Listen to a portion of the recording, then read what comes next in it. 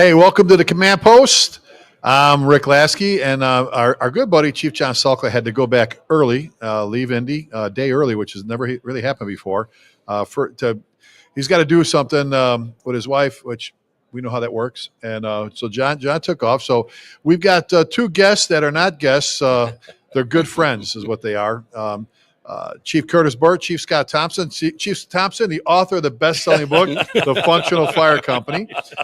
We do that every show. Every show. Starting with Bobby. Scott and Curtis are our hosts, our co-hosts on our Humpday Hangout, which you can find at fireengine.com the third Wednesday of every month at noon Central Time. This particular show is the third Thursday in the evening of the month, the Command Post. But before we go any further, all right, we got to make a little announcement and acknowledge our sponsor. Same sponsors last year, one of my favorite sponsors, because I know in my personal professional life, we've received 3 grants through this incredible foundation. This podcast is brought to you by Firehouse Subs, the Firehouse Subs Foundation, the firefighter-founded hot sub chain with a passion for hearty and flavorful food, heartfelt service, and public safety. Ready for your next mission? This is pretty cool. We should do this, the 3 of us, okay? You got to move back up to Dallas, all right? Firehouse Subs is offering firefighters the opportunity to continue serving after service now as restaurant owners. So learn more at www.firehousesubsfranchising.com. What I always liked about Firehouse Subs is it was started and owned by firefighters. Yep. And they give back to firefighters. Give back. And before we even talk about what we're doing, so in Louisville, you remember in Louisville, when they first came out with the grants, we got the Rescue Jacks, which was really cool because they, you go into whatever restaurant it is, if it's in the Colony or in Pearland, there's a theme from that department. Right. And if you remember, when they built it, they did the whole thing, and they had pictures with the logos, and then we hung a picture on the wall. The first time, you remember the story, Scott? The first time that we used the Rescue Jacks, which was soon after they got them. It was near Lake Louisville, a rollover. Right. It was a Brinks armored car. So we had Firehouse Subs Rescue Jacks they granted to us, holding up a Brinks armored car, which is pretty cool. I remember that. Wichita West, my volunteer fire department chief Ryan Fetzer and the great group there, they were awarded some extrication tools via AMCUS. That was awesome. And my recent stint in Colorado, we got $26,000 from Firehouse Subs for the foundation for protective clothing. So outstanding. I'm just going to say this plug real quick. It takes you like 4 minutes to fill out the application twice a year, spring and fall. All right, go to their website. You can find it. You know what took me longer, guys? It was longer to get the information on like population, budget, and all that stuff. You fill it. The rest of it was like, if you have that in front of you, it's literally you're like 4 minutes. I'm done. It doesn't take. It's not like the other grants. It takes you days. And here's a cool part. You got to keep a lot of paperwork. And the cool, you don't have to monitor like salaries and things like contracts. Here's the cool part. Once it's awarded, like the turnout gear, because you submit your quote from your vendor. You send your vendor, we need these sizes, and you don't do nothing. Firehouse Subs contacts and pays them, and all of a sudden boxes show up at your firehouse. Wow. That's what's even cooler about this grant. That's the way to do it. Yeah, Firehouse Subs, I'm telling you, folks. 5 firefighters, 4 firefighters, and give it back to firefighters. And I know it sounds like we work for them. We don't work for them. We love them. We absolutely love them. Forget how great the food is there. We appreciate what they're doing. Well, again, forget how good the food is there. They take care of us. Besides how many Chiefs meetings you go, who are we going to get to cater this? Firehouse Subs, get them to cater it. So anyway, Firehouse Subs, thank you again for taking care of this and taking care of the fire service. You guys and gals are awesome. If you're here, Fire Engineering, their booth is right down this hallway down here. Head down there on the left. It's down there almost near Get Salty, near the group down there. So we're here again. Another year. So you brought how many guys from the Colony, Scott? 6. And Curtis from Pearland? 9. All right. And then how many times did you teach? You do. I just did one this year. Just did an hour and 45 minutes. What was the class on? The Functional Fire Company. Author of the best-selling book, The Functional Fire Company, Scott Thompson. Fire Company. But so Curtis, you and Scott pretty much, I mean, we were teaching here together when Fire Engineering bought FDIC. The first conference we did here with them was 1996. Yep. And we were doing the hot top. We did the firefighter safety and survival with Chief Salk and his group. There's 26 of us between our two groups. Yep. We had people everywhere. Had one group in the morning and switched the other. It was great. Oh, it was usually we got here Friday, and then we just set up. We had to go to our vacant buildings, the same ones over and over again. And now, all right. So I got to tell for our viewers and our listeners, right? So Curtis and I met in 1994 in Illinois. Okay. All right. On the southwest side there, just outside Chicago. So Scott, Curtis, all of us, there's 26 of us at 5 a.m. outside the Hampton Inn downtown here. It's like 10 degrees outside. And some of our guys from Chicago drove their pickup trucks down. So we're loading up the pickup trucks with everybody's turnout gear and that. And all of a sudden the sky lights up and we look and it's a helicopter. And they're chasing. The cops are chasing his van. The front tires were shot out. This guy stabbed someone. The sparks are flying. And we're like, oh. And right as they're coming through the intersection, this old timer in his like 1947 Ford pickup truck, he catches the green light and pow! This guy, the bad guy, nails him, spins him around. He's unconscious. And the cars roll towards all these brave firefighters start diving for cover. Curtis, he was loading the bags in the back of he looks. The car rolls up to him, stops, he goes, and he keeps loading the bags. So there's actually, what is it, Wildest Police videos or something? He's on there. Really? Yeah, so you see, it's a news copter. It's a news copter. So they're filming. They see the chase, and they're like, we got this guy we're chasing. And the spotlights are on him, and you see the hand. He's coming to the intersection. Pow! You see the sparks of the car, and then you see all of us running for cover except Curtis. He looks, he stopped. And he just keeps loading the bag. So that was no big deal. I don't pay attention very well. So all the years of being here and everything else, but and you know, we talk. We're look, we do our hump day hangouts all the time, and we've been together forever. Long time. Since I met you at Plano, we did the Saving Our Own, and you brought me to my first FDIC in 2002, and been back every year since. Oh, you said you're my new training chief. This is what we're going to do, and I said I'm on board, buddy. Whether you want to be or not, you got to go to FDIC. I'm going. Tag, you're it. Never look back. Like all the people out here in the hallway who've had their arms twisted, not to be here, but another great show. Before a lot of energy this year. You know what? Have you noticed that? At first, it always starts off slow, Monday and Tuesday, and then oh my God, picking up. Yeah, it just so. We did a tribute yesterday at 5:30 after classes in one of the big ballrooms to our good friend Captain Bill Gustin, a good friend of all of us, one of my good friends, and good friends of so many. Billy, over 50 years, started his career in the suburbs of southwest side of Chicago. Both his dad and grandpa were Chicago Fire Department officers. Billy started in Wheaton. Then Steve Rauter was here for Lyle Woodridge, who started in Wheaton and then went to Naperville, and then Lyle Woodridge. And then all the years in Miami-Dade and Billy is just, we're going to miss him so much. It's what weird. A positive influence. Oh, it's weird not seeing him here. Yeah, it really is. You know, and a couple of times I've caught myself going, "Oh, there's Bill Gustin," and only to go, because you expect to see him, somebody from the back or something. You expect to see him, and he always, not mine don't. He's always got the things. Yeah. And he pulls them apart. So I mentioned it yesterday, guys. You can appreciate this because you guys are into the job more than most people I know. So we're at the Teaks Leadership Symposium, right, in Frisco, Texas. And I did my breakout. John Sulka did his, and Billy. And we're in another guy's class, like we all do, right? We always sit, know. And and so John's sitting in front of me. Bill Gus is sitting next to him, and he's got that pad of paper, and he's taking notes.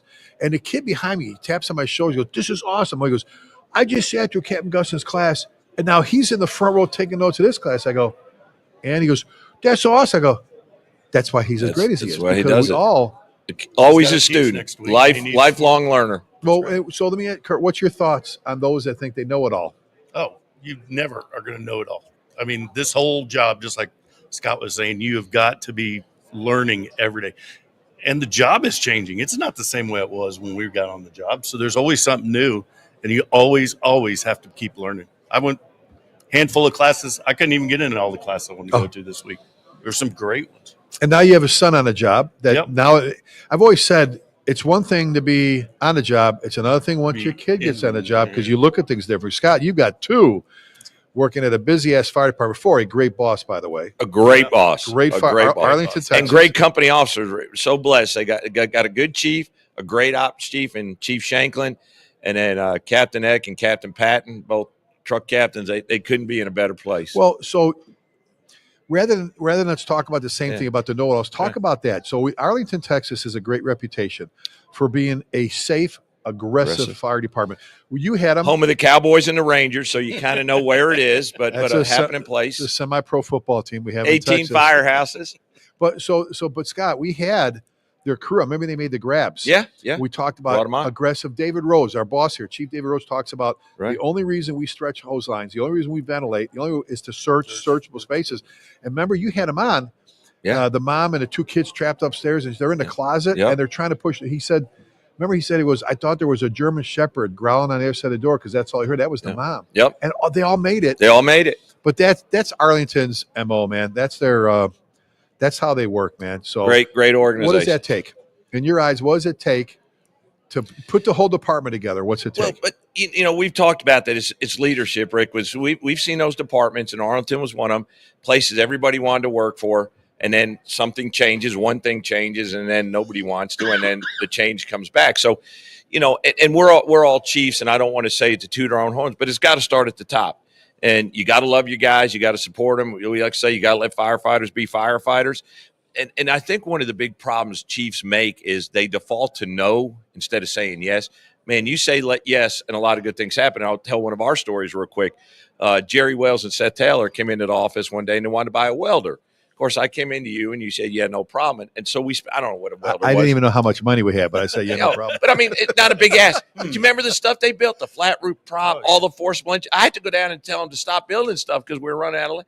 But they just took it. So you empower your people to do those things. You get them some basic tools. The sky's the limit. So that's what's going on now with Chief Stidham as a chief and Chief Shanklin. And I work for Chief Shanklin's dad, Bill Shanklin. He hired me in Arlington, so to see him. But, man, they're in great hands, and I'm excited to see the future.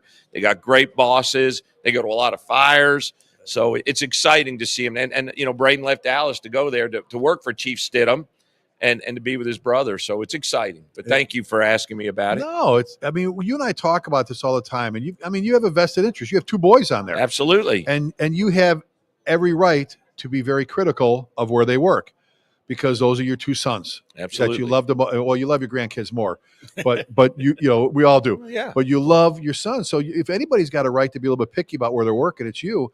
And all I hear from you, Scott, not to embarrass you, is great stuff. First of all, I know where you're going. So, yeah, the Colony, Texas, where Chief Thompson is chief. If you don't know where it's at, if you've got about 11 hours, he'll sit and tell you how great the fire department is, how great his firefighters are. He wears us out about how great his firefighters are. And I'm not going to stop. I'm unapologetic about it, boss. I'm not going to stop until you tell me I got to. And everything, he's being very modest. Everything that they're successful for is because of what he just said. He lets his firefighters be firefighters.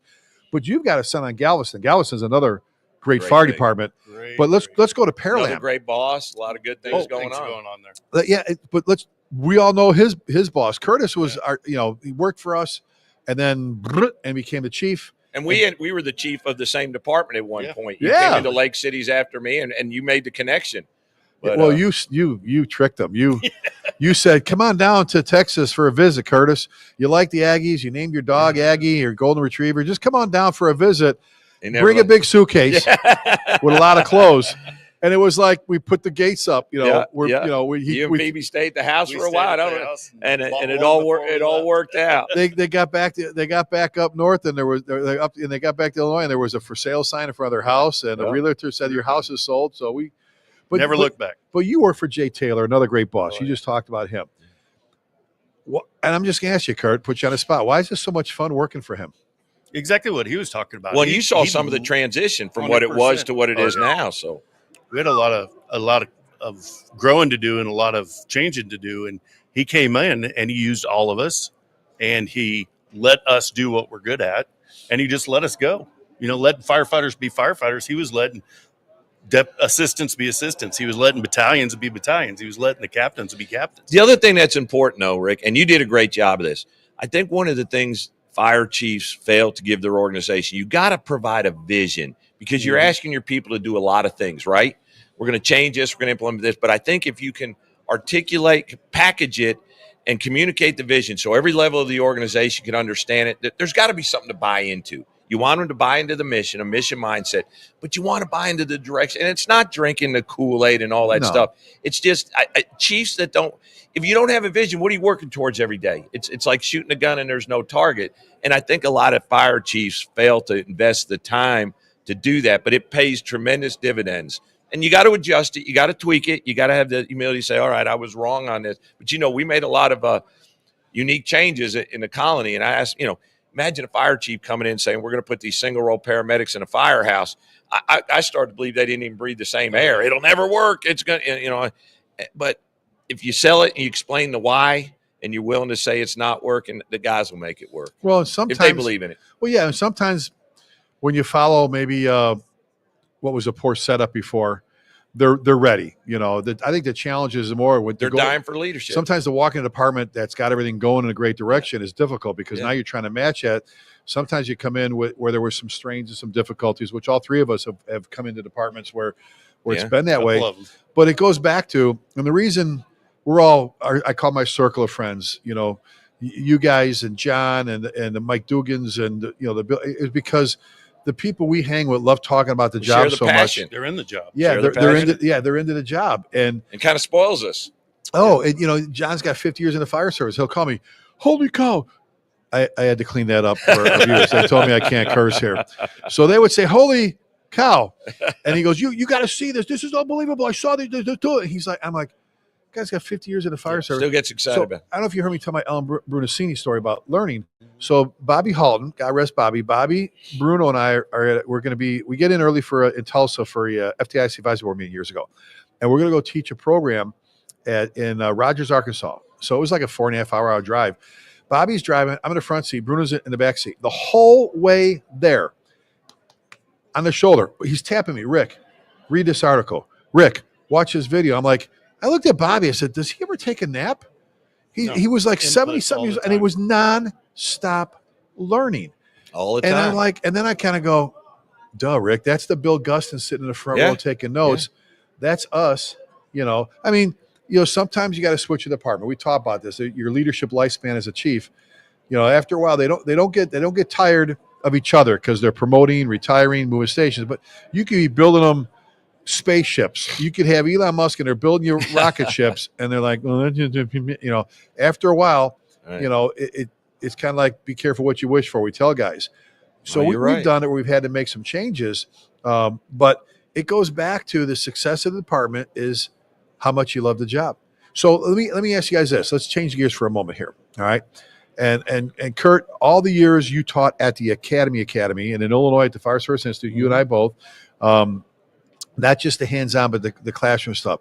And Scott, all the years you've been developing firefighters and your teachings and what you've done, both at work and off. Let me ask you first, all right, what do you look for? Pearland's hiring all the time. First of all, what another great fire department. I mean, they're growing, they're doing great stuff, great leadership. What do you look for in a new firefighter? We've had a lot of discussions over this lately, and it came from us rebuilding our department is we look now and we teach our interview panels to look for heart and attitude. And if you can get heart and attitude, we can teach how to swing an axe. We can teach how to wear my air pack. We can teach everything else we do in the job. But if you don't have the heart and you don't have the attitude for it, there's not much we can do. And we have sat down and looked at this over the last few that we've had come on or leave. And yep, no heart, no attitude. Okay. So it's concentrate on the person and what they've got. We can get you the certs and we can get you to be good firemen. Well, we talk about this all the time. Passion drives success. 100%. And before, Scott, I asked you the same question. Like we talked about, one of the things I was hip to that I talk in classes all the time, all the years helping my daughter's teammates on her travel softball team get college scholarships, meeting with all the college coaches, recruiting, trying to get our girls into schools for free or for next to free. And I remember, and if you have kids that are looking to go into collegiate sports, these are what the coaches are looking for. The 3 A's, all right, this is a slide I have in my class, the 3 A's in recruiting: attitude, academics, and then athleticy. They want to make sure you have the right attitude, that you're not come poison the morale of the team. Number 2, you have the grades or they got to redshirt you. But athleticy, your talent as a softball player, if that's a sport, is the last thing on the list. Yeah. It's attitude. You hire the wrong person. And we've talked before, in the absence of good background, good hiring process, you will hire problems. They don't become problems later. You missed it in your process. Yeah. We had a great process in Louisville. Scott, hang on one second before we ask you that question. So just want to take a moment. to acknowledge our great sponsor again. This program and this entire thing is being sponsored by the Firehouse Subs Foundation. Firehouse Subs, a sandwich place, which is great food, great leadership, ran, owned, created by firefighters. What's really cool, folks, we said this at the beginning of the show, if you want to make some good money and you want to be your own business owner in a good way, and have a good, upstanding, honest business where you're actually comfort food, you're actually helping families. I remember travel softball, we'd go to Firehouse Subs. After a funeral, you go to Firehouse Subs. You're running late, you're working 2 jobs, your kids got to eat, you go to Firehouse Subs. It's not just a sandwich place. It's comfort food that takes care of family. But to those of us out there, if you're looking for something to do while you're working or when you retire, franchising with them is important. So go to firehousesubsfranchising.com if you're all interested. But owned by firefighters. We are a little bit partial because it's owned by firefighters and they're a great place. But Scott, what do you think? Sir, what do you drives you as a chief? Actually, let me interrupt for a second. Go back to when you were in training and then get to being the chief. What did you look for as a training chief? Oh, wow. And the young firefighters that you were training as the head of all that? So, certainly working for you and work for Bill Strickland when I was training chief in Arlington, you have a vision, as all chiefs should, and made it clear. So you want people who are going to buy in, for lack of a better word, of what we're selling. And we did something unique in Louisville that a lot of Suburbans don't with the riding assignments, but the engine and the truck. We had a very busy truck, went to a lot of fires. And so there was, you had to be something to be a successful Louisville firefighter. And so it's hard, in the processes, you only can do so much. So we tried to find the guy that would complement the team. I hate to see it now. So many departments are struggling to get people that they're low in their standards and they just want to get a body on board. But we were looking for a certain type of person. You're going to train. You're going to be committed to this. We're going to go to fires, but we're going to learn from them. You're never going to get in a comfort zone. So I would say, and you taught me that. And I tell all the people, I'm a much different chief. I was a chief before I went to work for you, Lake Cities. I went down to division chief, and I'm not sure I would have been a fire chief again if I didn't work for you. You taught me a lot of those things. So now, and I've just rethought this, good attitude, those kind of things. But in the colony, we know the kind of firefighter we want to hire. And something unique about us, we haven't hired anybody out of the academy in 12 years. Everybody we hire comes from another department, not by design. You're stealing. We are. That's what you have to do. But everybody can offer the same. We're not offering money. We're offering a culture. Which, real quick, there's a lot of departments that are offering sign-on bonuses of 8, 10, and 15,000, and there are a bunch of departments that are not, and they're hiring people, which goes to show you that sometimes it's not always about the money. They want to be part of an organization like yours. Go ahead. You got to make them comfortable. You got to pay them comfortable. But, how do firefighters decide what they should be paid? They look at what they're getting paid and what they're getting paid. Well, we should be making it. We're right next to Plano and Frisco. We cannot compete with them. So we have to offer something different. We have a very strong training culture. So we're going to hire people who are not going to complain about training. Oh, we got to go out and train. We don't have those people anymore. We bred that out of our organization. Everybody knows we're going to do it. I want guys that, I know a majority of what we do is EMS, but we have a saying, let firefighters be firefighters, and we make being fire ready the preparedness. We still deliver exceptional EMS. So we want people that buy into what we think being a firefighter should be. And they're continual learners. They don't ever get comfortable. So we try to find that, but I'm rethinking that a little bit now. And, I got 2 sons. It's not a generation thing, but we're really starting to dive a little bit more into resiliency, because what we're kind of finding now is we got some bosses and some senior guys that if you correct them in the most positive way, they kind of get their feelings hurt, and to operate at a level that we all want to operate at, aggressive firefighters, you've got to be willing to accept 100%. Criticism, or we stop the aggression. I can fix it tomorrow. We'll go defensive on everything, and then we don't have to have those talks.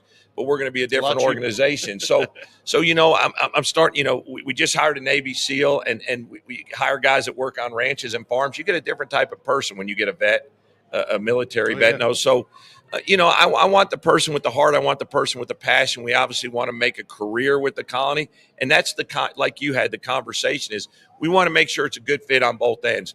The worst thing you can do is sell a bill of goods. Say, oh, we're all about this, and then they get in the firehouse, and that's not it. That gets out immediately. That's the Christmas present, the big box, fancy ribbon. You open it up, and it's a pair of socks. Right? Unless you really need socks or underwear, You know, So you really got to balance it. You can't oversell yourself. You got to make it as close to reality, or you're going to be back. So those are kind of, and it's worked for us. And then once you do that for a while, then your internal people become your best recruiters because it's word of mouth. And you know, that's why we put a lot of stuff on social media. We're selling a culture. Guys want to be like you. Guys say, you know, and both of you, look, you're two of my best friends. I can say this regardless of that. You both are part of extremely aggressive, safe but aggressive fire departments. What on the mud flap on the back of one of your engine it says, "We will come for you. We will come for you." Instead of we're going to stand out in the front yard and spray water through a window, we lie to people every October. Lie to little kids. We tell them, you know, if you smell smoke, the smoke detector, which we know they don't hear, don't open the door if it's hot, and wait there and download good areas because who's coming to get you? The fire department. The close the door thing has been a great campaign.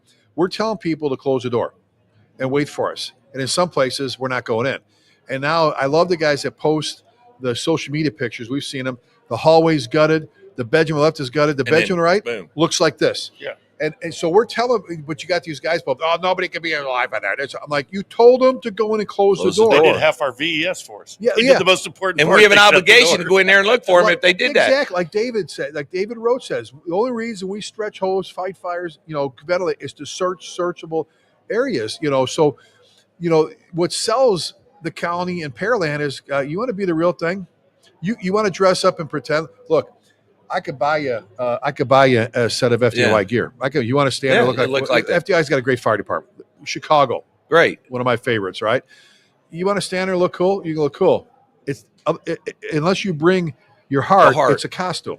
But you know what? Part of my motivation, Rick, it ties in what we're talking about. But every day I think about my boys and my grandbabies, and I want to build a fire department that I want my sons to work for and that I want coming for my grandbabies. And that makes things clear. And we all have that in our lives.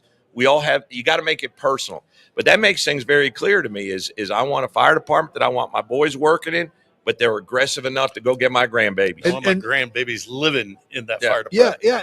And what it always seems like it takes, like I always equate it to it. Now we have the Firefighter Cancer Support Network down the hallway next to Firehouse Subs. Go see them. And did some great things this year with cleaning the gear. Oh my gosh. Incredible. But then you see someone post, cancer sucks because they are a family member. Well, it sucked all along. You know, it's like I said before. Well, I'm serious about a job, but then we get really serious when our kids join. It's like, so I want to go back. You said something about like running EMS. We all do a lot of EMS. And I'm sorry. I'm not going to apologize. I love EMS. I love being a paramedic.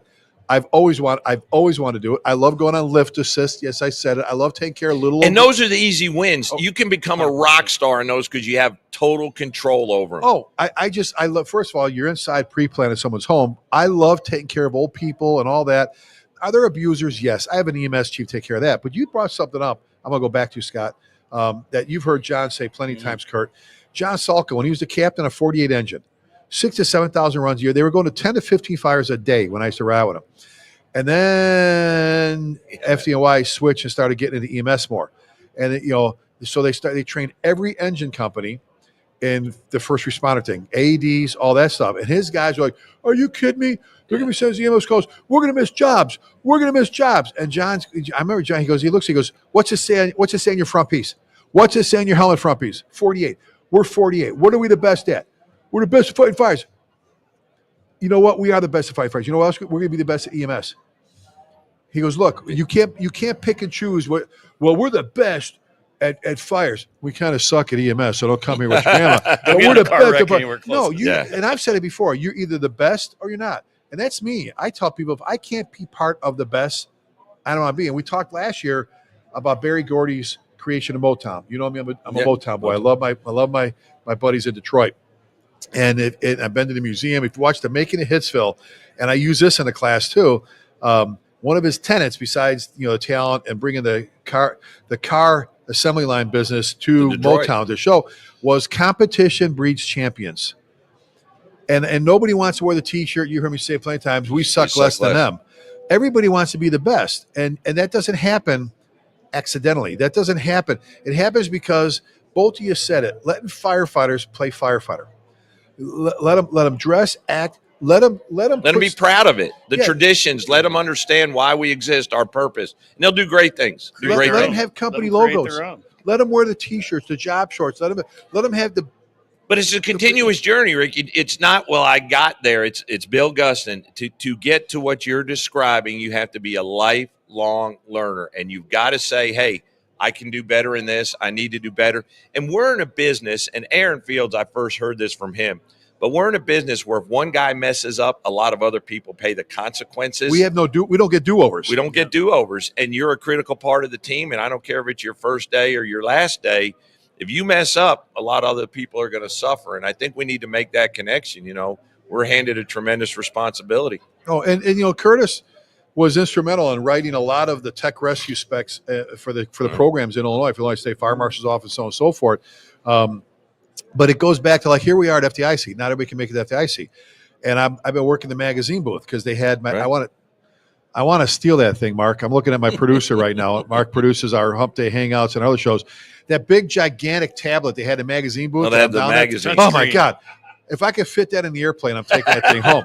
Everything I needed. And what do we say on our shows, Mark? We always say it, right? We always say it on our Hump Day Hangouts. Go to the Ribbon Bar. You're already on the website. Yeah. Everything you need is on this website. Gems, fire apparatus, which fire apparatus people confuse it with the magazine used to have that sold used fire trucks. Fire apparatus is everything inside the firehouse. It's exhaust systems, tools, alerting systems, rigs. And the latest and greatest. Yeah. The latest and greatest. Firefighter Nation, Gems. There's so much. The list goes on, and all the websites and all the different things. And the fire.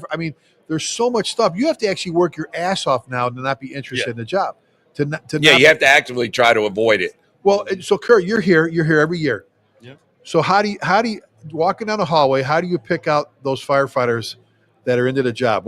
There's things I know that I could tell right now whether they're into the job or not. You see it when they're walking. Yeah, every booth they walk to, they start making conversation. They start going, "Is this good? Is this bad? Is this a trick? Is this going to get me something? Am I going to learn from it, or do I need to run away from this thing?" Well, you funded a whole fire academy here. You guys in Illinois. Yeah, we did a lot here. You guys, Scott. So when they were starting the academy, the combination, they merged a bunch of the academies together out there in the southwest side of Chicago, and they came here with 20 of them, and they all had assignment lists. Okay, you go to part, you get hose, and they all went there on their it was organized mooching. And they went there, especially on Saturday, and they were working deals, discounts, everything. They funded a whole freaking fire academy. You were sneaky bastard. Yeah, you were sneaky people. Anyway, I'm just saying. Yeah, but yeah, that's the way you got to do it. These people out here know the business just as well as we do, so they want to learn and they want to teach and they want to help. And you can get every question you have can be answered here. You aren't kidding. Either from sit down with you in the room somewhere or catching on every topic. Every topic. Not just firefighting. No. What size alternator should I put in my new rig? Anything. Every kind of program you want. Every kind of the exhibitors here are amazing. I always joke, if you stop at 3 different T-shirt places, you're not going to see all the exhibits. There's that many going on here. All right, Scott, your turn. We just talked a little bit about that. What it takes. What do you look for in that new firefighter for the great ones, right? What's the fastest way to end your career as a firefighter? Well, lie, cheat, or steal. Lie, cheat, or steal. But I think my guess would be is just to treat this. Don't respect the job, but outside of the ethical and the character things, that would be my answer. I don't know if that's the correct one, but that would be my thing, So, and you can tell somebody's character in a short conversation. And so, you talk about what does Curtis look for? You can have a 5-minute conversation with somebody and tell where their head is, where they want to learn something, get a little bit better, or they just wearing the costume and want to be recognized and not contribute. Well, we have a reputation to protect. I brag on Pearland and I brag on the county because your guys make it easy to brag on them. And all kidding aside, you do. All kidding aside, the firefighters in the county, Texas, and Pearland, Texas, make it easy to brag on them.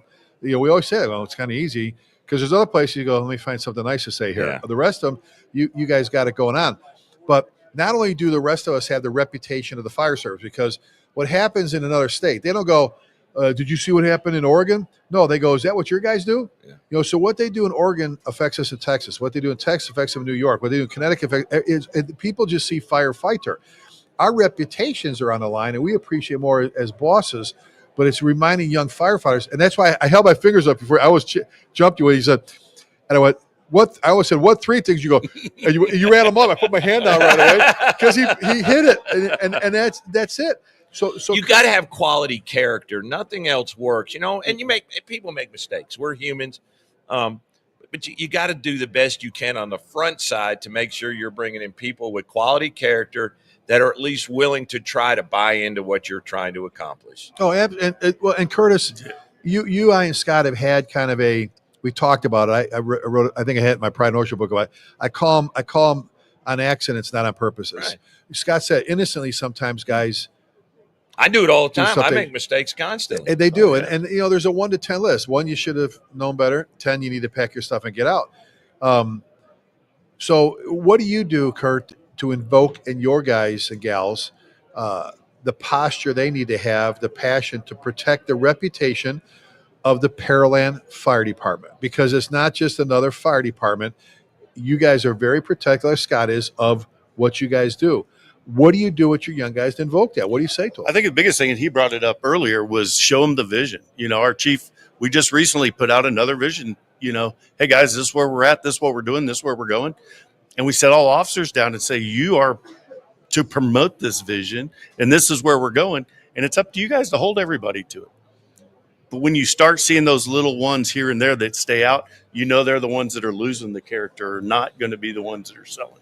But we just really keep everybody involved, and we let all the way down to the senior guy. We're really pushing senior guys in the firehouse right now. Huge influence. That is a huge overlooked department, and even up to the city manager thought the drivers was just a position with extra duties. And it's like, no, he is a very valuable part of that department, and a very valuable part of the firehouse. He needs to handle things before the lieutenant or the captain does. We talked about that last night at dinner. You're exact. The value of the senior. And Chief Salka talks about it. You get a good company officer with a good senior man or woman, man, you're unstoppable. 100%. Well, and we've talked. Yeah. So how many times have we been somewhere, whether it's just hanging out or teaching, and we've said, the senior firefighter, oh my God, the things they can accomplish for you. There's stuff going on in your apparatus for volunteer career. You have no idea the things that are going on there that they're taking care of. Not illegal. No. But it's like this. It's sweating the small stuff. Come on, let's go. Sweating the small stuff. Yeah, everybody out there, time to wash the rig. Come on, guys, training time. Go, get off, put your phone down. Let's go. Yep. Or they come in. I remember, you got a second? Yeah, what's up? All right. Nitwit showed up late again. Sit down. We got it. He's going to be doing some hard. He's going to be cleaning toilets, doing some other stuff. We're handling it. And I'm like, that's senior firefighter. And real quick, the senior firefighter don't have to have 20 years in the job. No. Some departments, right? The senior guy or gal has 5 years in the job. It's your level of contribution in the firehouse and your ability to support what the boss is trying to do. And you both have young firefighters that serve the role in you got a bunch of firehouses, both of you. There's some of those firehouses, it's not the 20-year guy. It's like a 3, 4, or 5 year guy. That's the barn boss. He's the one that's, and all the younger guys and gals come behind them. They're kind of. But even in that role, if he's younger, he's still going to respect the longevity of that senior guy. He may not agree with him but he's going to respect him for the time that was there. Hey, do you need a cup of coffee? But it's the influence in the firehouse. I gauge a firehouse by the amount of contribution and friction. We've all seen the fire. That's the term I use, where there's a lot of friction. But no, it's be in the next chapter. The best-selling book, The Functional Fire Company. But you look at company level. Don't do it for me. Do it for the company. That that commitment. And man, you get hitting on all cylinders there, and that's what you work towards, I believe. And that delivers the best service when you go out in the street. Well, and one of the other things I think we miss is that first talk. We do it, but so many departments when we travel, the guys will come up and go, Chief Thompson, all right, what do you do? I got a firefighter, and I'm How like, do we fix the culture? Yeah, and I'm like this. I'm like, I said, so did you have that talk with him? Yeah. I'm like, what talk? No. On day 1, and then day 2, 3, 4. So we've got kids that went through. It's like the military. Day 1 in boot camp, they strip you down to your individuality, and they build you back up and to believe in something that special, and that's the core values and the creed of that particular branch. And they hit you so many times over the head with it, you finally go, okay, I get it, I cave, and it ends up something you believe in for the rest of your life. But what we've gotten, and you made me think of this, Kurt and Scott, when you just said something, was we tend to blame generations a little bit too much. You just said it about whether they have 20 years or 5 years, don't forget the senior guy lesson at and respect them both and all that. So we talk all the time to the younger guys and go, how many people here have been called the kids? How many times all of us? Oh yeah. The kids. No. And I go, and the kids get called the kids. And you have the kids, they're the ones that these guys go, who got these kids nowadays? Who got these kids? They don't know what a screwdriver is. They don't know what this, they don't know what mixed oils and blah, blah, these kids. And the kids call the old guys what? Yeah, dinosaurs. Yeah. And so what do we always say on our show? Yeah, when they're trying to figure out how to text on their phone or something. And we always talk about, so let's talk about the dinosaurs for a second here. Yeah. The smartest people on the face of the earth, right now, the smartest people right now, right this very second, smartest people right now in the world our scientists are still studying dinosaurs to learn from them. So next time you look at one of your older guys or gals in the firehouse, they're still studying dinosaurs. On the other hand, we've all met some incredible kids. Well, your son's one of them. Look what he did in the military. A young kid as a combat medic, they got it covered. They're doing an amazing thing in the military. We can get that in the fire service. It's a cop-out. Yeah, I never told my son how to way stretch to a line and you same thing. We never talked about forcing doors or stretching lines. The only advantage my sons have to anybody else is I said, this is how you act in the firehouse. Exactly. And be a learner. And they come from good parents and good parenting. Now, in the absence of good parenting, it's up to us. We got it. Just like teachers have to do in school. We have to adapt to their needs, whatever it is. I want to tell a quick story. We got a second for Jerry Wells. He got so upset because our new guys weren't going to the retiree parties. And when he connected the dots, he confronted me. I go, well, we didn't feel like we were welcome there. He goes, no, show up. You don't have to say anything, but you're respecting that guy. And all you have to do is point that out. And it was not a problem anymore. It was a misunderstanding. But that's our job as mentors to say, hey, this is stop blaming the generations. So Scott and Kurt, I had a guy captain come up to me in Seattle. I was just there in Washington and Wenatchee for the Washington Fire Chiefs before coming here. And he sat down and goes, yeah, he goes, I got a young guy, and we're butt heads. I've been doing this, close to 30 years. He's been doing it close to 30 days. I mean, basically. And he goes, so I finally sat down and said, why are we missing? What are we missing here? What am I doing wrong? He said, what am I doing wrong? The kid says, well, you don't have to yell at me. He goes, well, I grew up in a house where my dad used to, he goes, well, you don't have to yell at me. And sometimes we think, because my dad used to take the belt out and the paddle, all this stuff. Yeah, I'm like, beat it into you. All right, this ain't 1955, okay? Watch Leave It to Beaver. I've never seen Ward pull the belt out and beat Jerry Mathers and the other. Anyway, but it's about, like you said, the school teachers. They're not daycare operators. They're our future builders. If this young firefighter is missing that in their upbringing because maybe there's a single parent that's working 2 jobs, whatever, it's up to our people to put. I did a thing called putting your wing around them, taking them under your wing. Nobody knows what that saying is. I called it this one program, taking them under your wing, because what's that? I go, come here, let me show you. And you take. And we're all passionate about mentoring. You started it. Real quick before I forget. If they want to get a hold of your mentoring site, which is Frio. Yeah, fireserviceleadership.com. Download it. It's about 60 pages on formal mentoring. Nothing against traditional mentoring. It's just everybody in the organization doesn't have the benefit of it. How much does it cost? Zero. How much does it cost to have a mentoring program? Zero. How much does it cost to mentor people?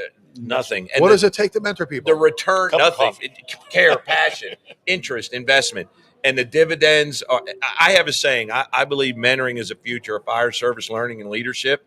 Those organizations embrace it are going to do great things. Those that don't are going to struggle with our future challenges because they're not going to get it. So, download it. Don't have to give me any credit. Use it. Just don't go out and start selling it. Exactly.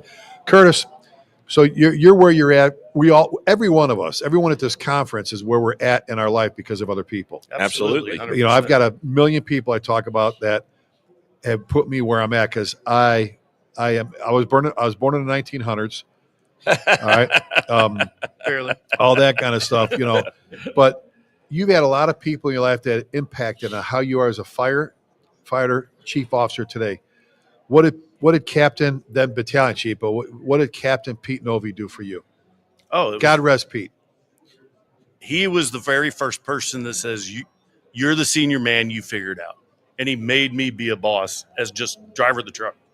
But it was, holding us accountable to what we all talk about. You have to put the vision out there. He goes, this is how my company's going to run. This is how we're going to do things. And you're in charge of it. And so I would fail. He'd bring me in. Okay, how about we do something this way? Okay. As he'd smoke another cigarette and drink coffee out in the bay. But he would always work with you to make you better, and he would never put you down or throw you under the bus. But he had high expectations. High expectations. People will rise or fall to the level of expectation. If we'd get on the scene of a call and I pulled the parking brake and our guys had to ask one question, we had to talk when we got back. He expected us to know our job. So now, if there was an audible being called, he would say, hey, we're doing this instead this time. So if he told you, Curtis, we're pulling a line on this fire, Curtis, we're pulling a line on this fire. I would still argue with him for So for our viewers, I would still argue. A little firefighter Curtis birth story. He's driving the Quint, our ladder truck, and they're going to an apartment building fire. And the whole way there, Mr. I'm only taking the can with me. Pete's going, Kurt, we're first in. Kurt, we got to pull line.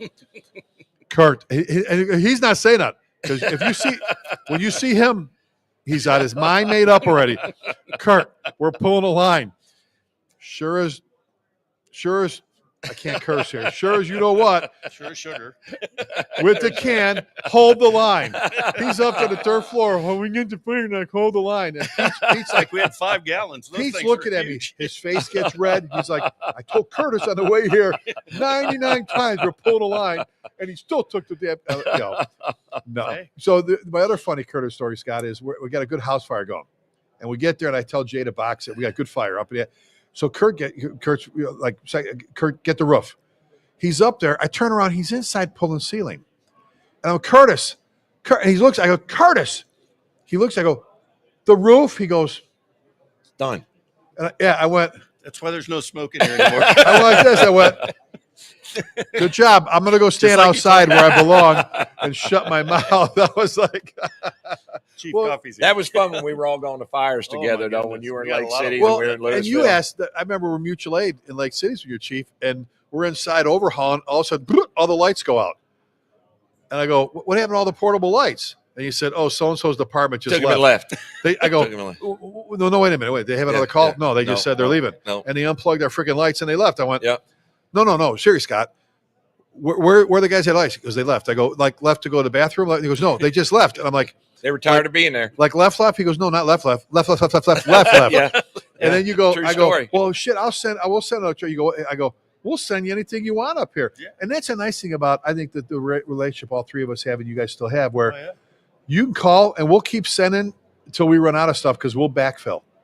Instead of these chiefs I don't go to the remember county. the night the Nissan plane burned, you guys were getting out of sea. You had to get on the radio and said, you could see the header. They were 4 wide coming over the bridge. You said, okay, somebody's got to stay in the city. I would have, but you showed up on that fire too. But they wanted to go. They wanted to go to work. So I think the host chief of that fire department, I think if I read a story where I was having his truck worked on, and I think I drove past him. He was standing out on the service road with his helmet, his coat, and some nice lady picked up and said, young man, are you trying to go to that fire over there? Yeah, I'm the fire chief. True story. Would you like a ride to your fire? We're all like, God, Scott's really being safe. He's across all of I-35.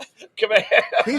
I've heard people say you don't have to be in front of the building on the fire, but he's across the interstate. True story. At another car dealership picking up my truck. Somebody said, does he realize that the fire's over there? It was a Nissan, not a Ford dealer. And a cop in to give me a ride over to yeah. Well, anyway. Hey, we're closing things out here. Scott, last words on what it takes, because our theme for this show is what do we look for in that new firefighter? Just like they were saying, Fox, we got 30 seconds. Just somebody who's going to love the job, be a lifelong learner, and the more you put into this, the more you're going to get out of it, and that's really the best I can say. Give it everything you can. Keep the family balance, but you love the job, and it'll love you back.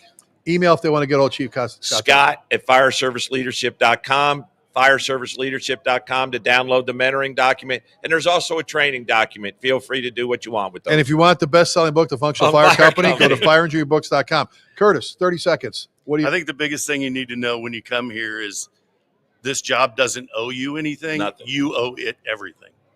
I know I feel that way. I know these two do. Yep. And we always talk about that this business owes us nothing. We owe it everything. And everything we have is because of the job. Right. 100%. Well, it was an honor to have two of my best friends thank on you, here. boss. You see Yeah, us all absolutely. every third Wednesday. You see us on the Hump Day Hangout at noon Central Time.